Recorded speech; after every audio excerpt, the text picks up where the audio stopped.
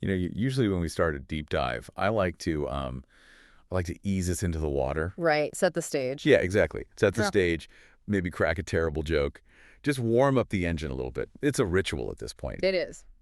But today, we have a stack of source material that explicitly, and I mean explicitly, forbids that. It really does. It's actually kind of jarring when you first read it. Yeah. The very first line of the text we're analyzing today is a direct command. It just says, no soft intro, no cute transition.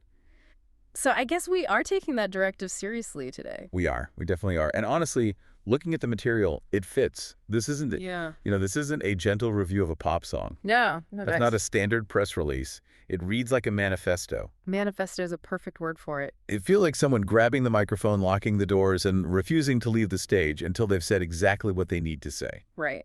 And what they need to say covers a lot of ground. So for you listening, here is the roadmap.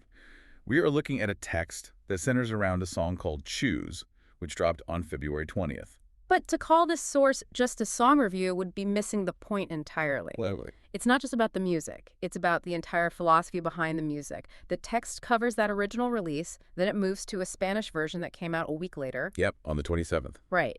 And it includes this surgical, almost brutal dissection of toxic relationship dynamics. And then... And this is the part that threw me. Oh, me too. In a turn I frankly did not see coming, it pivots into a fiery, absolute defense of AI music. That pivot is wild. Yeah. And we are absolutely going to get there. But the energy holding all of these disparate topics together is intense. It is. So let's unpack this, because our mission today isn't just to talk about a track list or industry gossip. It's to really understand this source's argument about sacrifice. Right, because the text argues that we as a society are looking at sacrifice completely wrong. And before we get into the song itself, we have to talk about the source's definition of chaos, because it frames everything else. Yeah, if you take nothing else away from today's deep dive, you have to take this definition. The core argument here is that chaos, the thing we all try to avoid, the thing that stresses us out, is actually just, as the text puts it, change happening faster than you're comfortable with. Change happening faster than you're comfortable with. I mean, that is such a heavy reframe. It completely takes the fear out of it, doesn't it? It does. It makes it about your own internal speed limit, not the external world falling apart. Yeah. But let's go back to the beginning. The anchor for all this, February 20th. The drop of the song Choose. Exactly. Now, the source describes this track as being about a very specific, very painful moment. Yeah. It's about being forced to pick between love and your purpose. It's the classic ultimatum, what the text calls comfort and calling. Yeah. The narrative here is about someone looking you dead in the face, someone you genuinely love, and saying, it's me or your dream. See, and this is where I want to pause for a second, because we have all seen this movie, right? Oh, countless times. It's raining outside, the music swells up, one person is packing a bag, and the other person says, if you get on that plane, we're over. Yep. And Hollywood tells us that that's romantic. Exactly. We're conditioned to look at that and think, oh my God, they love him so much they can't bear to be apart. We interpret desperation as passion. We think possession is love. But this source takes a sledgehammer to that entire concept. A complete sledgehammer. It argues that we have been playing dumb about what that ultimatum actually is. The text is so frustrated here. Like, you can audibly hear the frustration with the audience for romanticizing this dynamic. Because it's not romance. The source is very clear. It calls it ego. It calls it insecurity. And I'm quoting directly here. It calls it selfish-ass behavior dressed up as prove you love me. Selfish-ass behavior dressed up as prove you love me. Yeah. I mean, that hits so hard. It's a costume. It is a disguise. And think about the specific imagery the source uses right after that. It talks about backing someone into a corner. Right. And when you back someone into a corner, you aren't hugging them, you're trapping them. Exactly. And the source is asking this massive societal question through this song. Why is it always the dream that has to die? That's the part that really resonated. Why must the artist sacrifice? Yeah. Why is it always the career that has to shrink? It feels like there's this unwritten rule that if you love someone, you have to make yourself smaller just to fit in the room with them. And if you don't shrink, society paints you as the bad guy. Right. You care more about your job than your family. And that's the psychological trick of it, isn't it? If I demand that you quit your career for me, I'm framing it as your choice. I say, you chose the job over me. Right, yeah. But the source argues that the act of demanding the choice is the actual violation. The person asking for the sacrifice is the one breaking the contract of love. So, if the Hollywood version of this is a lie, what is the alternative? Because, I mean, let's be real. Relationships do require compromise. You can't just do whatever you want all the time and expect someone to stick around. True, there's a give and take. But there is a fundamental difference between compromise and amputation. Amputation. That's a great way to put it. The text offers an alternative phrase to the ultimatum, a phrase that the source implies is shockingly rare in these situations. And that phrase is, I'll grow with you. I'll grow with you. It sounds so simple on the surface. It does, but when you really think about the implications of it, it's terrifying for a lot of people. Why do you think that is? It's terrifying because growing with someone implies a lack of control. It implies that tomorrow you might be a different person than you are today, and I have to be okay with that unknown. That makes sense. The source argues that the people demanding you choose aren't actually looking for a partner, they are looking for an anchor. Oh, that's heavy. They want stability. They want you to stay exactly where you are so they can feel safe. And when that safety slips, like when the partner actually starts succeeding and moving forward. Then the mask comes off. The source lists the reaction perfectly. It says, now they bad, now they loud, now they calling names. Yeah. The text literally says they start acting like a bitch because someone refused to abandon themselves. Refuse to abandon themselves. That phrasing is the key to the whole first section. It is. Usually we say the person chasing the career is the selfish one. She's so ambitious, she doesn't care about him. Right. But here, the source is saying, no, you do not get to call someone selfish just because they chose not to kill their own potential. It's a complete flip of the script. It's arguing that demanding someone kill their purpose just to protect your feelings is actually the ultimate act of selfishness. It's just fear masquerading as love. Okay, so we have this baseline established. February 20th, choose drops. It is a declaration of independence from that controlling anchor-like dynamic. Yes. But then we move forward on the timeline. We get to February 27th. The expansion phase. Right. The Spanish version of Choose is released. Now, looking at this from just a basic music industry perspective, this seems like a no-brainer. It's completely standard. You have a track, you want to reach a broader global market, you release a translated version. Standard move. So why is this even a topic of discussion in this manifesto? You would think it's standard, yeah. But the source indicates there was actually backlash here, too, or at the very least, a lot of questioning from the audience. People asking why she felt the need to do it. Exactly. Nitpicking the decision, suggesting it feels inauthentic, or just asking why an English-speaking artist needs to step into that space. And the source is just as aggressive in defending this move as they were in defending the original song. Even more so, maybe. They claim it has the same emotion, same meaning, just a different flavor. So where is this pushback coming from? The source suggests it's the exact same root cause as the toxic relationship. It's discomfort with growth. The text calls the critics of this move narrow-minded. And there is this beautiful foundational line here. Pain doesn't belong to one culture. Ambition doesn't belong to one market. I highlighted that exact same quote. It's this idea that human emotions are universal.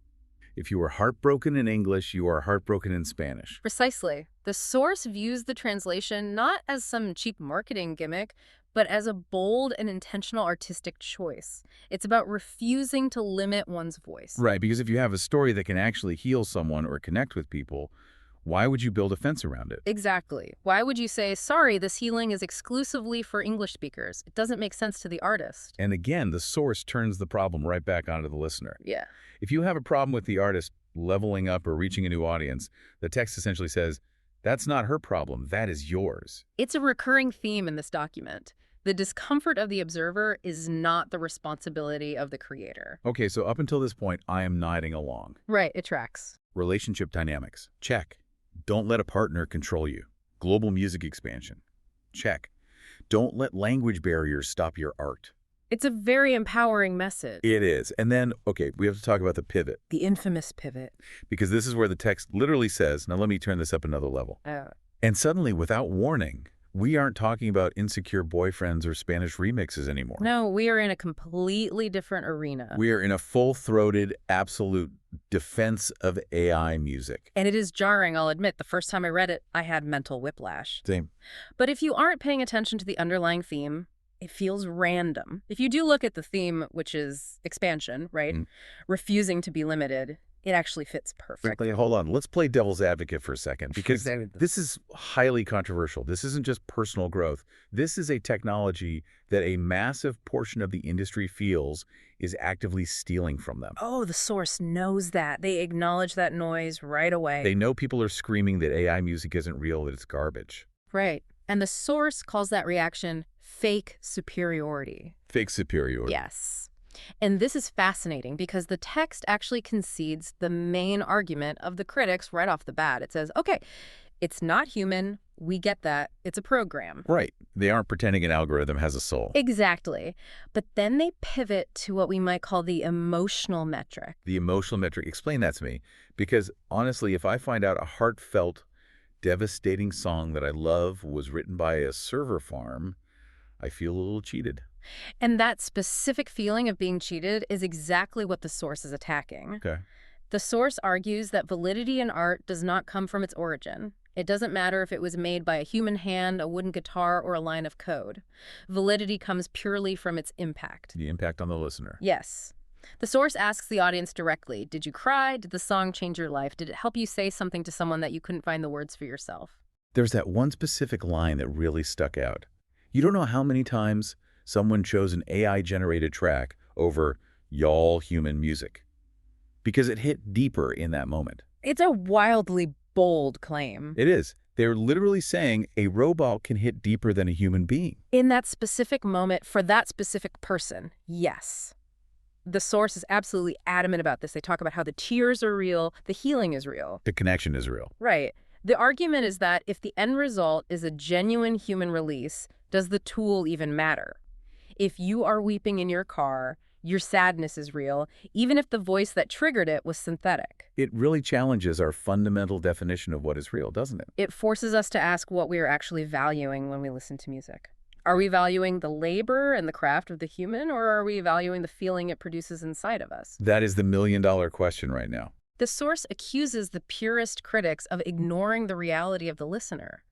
They're saying, stop acting like a piece of music is worthless just because of where it came from. If something makes somebody feel seen, it matters. That is the core of their defense. I hear that, but I have to push back a little on behalf of the industry. Is this just an artist trying to justify using shortcuts? Because the source goes further than just the emotional, philosophical side. Oh, they get very pragmatic. We get into the, let's call it the fear factor. They seem to think people hate AI for a much more cynical reason. Absolutely. And frankly, the way they write this part is pretty funny. The source says people are mad because AI is, quote, efficient as hell. Efficient as hell. It lists the traits of this technology. It doesn't wait. It doesn't argue. It doesn't backtalk. Okay, wait. Does that sound familiar to you? The controlling partner? Yes. It sounds exactly like the opposite of the difficult partner we talked about in the very beginning. That is a brilliant connection. In a way, the source is implying that the traditional music industry is acting like the jealous boyfriend. Right. The industry is the one backing artists into a corner now. Because that efficiency scares people. It challenges the entire financial and power structure the music industry is built on. It forces adaptation. And people hate adapting. They despise it. The text says, instead of adapting, some of you just yell, this is bullshit. So the argument is that we aren't actually mad because AI is fake. We're mad because it's fast. We're mad because it threatens our relevance. And the source links this directly to music history. This is not the first time we have panicked about a new tool. Right, the text runs through the whole timeline. Yeah. Digital recording. People said it wasn't real music because you weren't physically cutting tape. Auto-tune. Not real singing, it's cheating. Streaming. It's ruining the value of a physical album. Exactly. The source views the current anti-AI stance as, and I quote, same panic, same fear, different decade. It's the cycle of technological grief. Denial, anger, bargaining, and eventually, inevitably, acceptance. It's basically the old man yelling at a cloud meme, but applied to the entire creative class. Essentially, yes. And the source takes a very fatalistic but simultaneously forward-looking view here. They say, the program is updating. with or without you. With or without you. It points out that the big industry companies are already secretly, or not so secretly, partnering with AI platforms. The game is changing. You can complain, you can write 100 think pieces on Twitter, but the train has already left the station. The game is changing, whether you like it or not. You know, that brings us all the way back to the start. It connects everything perfectly. Think about it. The partner who wants you to choose them over your dream, they are trying to stop the game from changing. They want you to stay exactly the same. Wow. The critic who hates the Spanish version of the song, they are trying to stop the artist from changing. They're saying, stay in your English box. And the AI hater is trying to stop the industry from changing. Stay in your analog box. So it's all the same enemy. It is. The enemy isn't the boyfriend or the music critic or the robot. The enemy is limitation. The enemy is the box itself. The source puts it so cleanly. Different lane, different tool, same core idea. And that idea is growth. Growth. Endless, unapologetic growth. The source is brutally honest with the audience.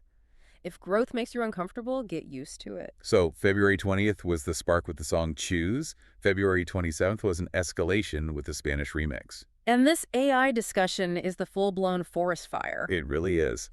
And the source frames this entire conversation, whether it's about love or legacy or language or technology, as a total rejection of the outdated. Nobody should have to choose silence. Nobody should have to choose fear over evolution. It's an ultimatum back to the world. The source is looking at society and saying, I am not choosing between these things. I'm choosing all of them. I am choosing expansion. And that kind of energy, that feels chaotic to a lot of people, but remember that definition we highlighted at the very beginning. Chaos is just change happening faster than you're comfortable with. That is the ultimate takeaway here. The discomfort you feel, whether it's from a partner outgrowing you or a new technology making your hard-earned skills feel obsolete, that discomfort is just the speed of change. It's not inherently evil. And the source gives us a final choice, the real choice. It's not me or the dream. No. The choice is grow with it or keep yelling while the world moves past you. That is the only choice that actually matters. It's a tough love message. Extremely tough love. There is zero coddling in this text. It's asking the listener to look in the mirror and be honest about their own reactions. It demands that you look at your own resistance. Where are you stalling your own life? Where are you trying to control other people or hold back industries because you're personally scared of the expansion? Which is a real question for you listening to this right now. Think about the last time you called something chaotic or crazy or just too much. Right. Maybe it was a new policy at work. Maybe it was your partner wanted to take a class at night and change careers. Maybe it was reading a headline about a new AI tool. Was it actually chaotic? Was it actually a threat? Or was it just moving faster than you were ready for? That is the question. Because if this source is right, the program is updating anyway, the Spanish version is dropping, the AI is generating, the partner is dreaming. It's happening. You can be the one trying to build a wall around it, or you can be the one saying, I'll grow with you. And personally, seeing where the world is going, I know which side of history I want to be on. I would much rather ride the wave than get crushed by it. Same here. It's a lot to process.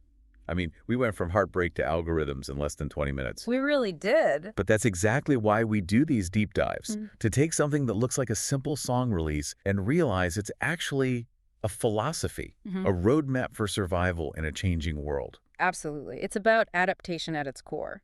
We are going to wrap it up there, but I want to leave you with one last thing to mull over on your own. What's your... We talked a lot about fear today. The fear of being left behind by a partner or left behind by technology. So the next time you feel that reflex to say no to something new, whether it's a new genre of music, a new app, or a new boundary someone sets with you, ask yourself this. Are you actually defending your authenticity?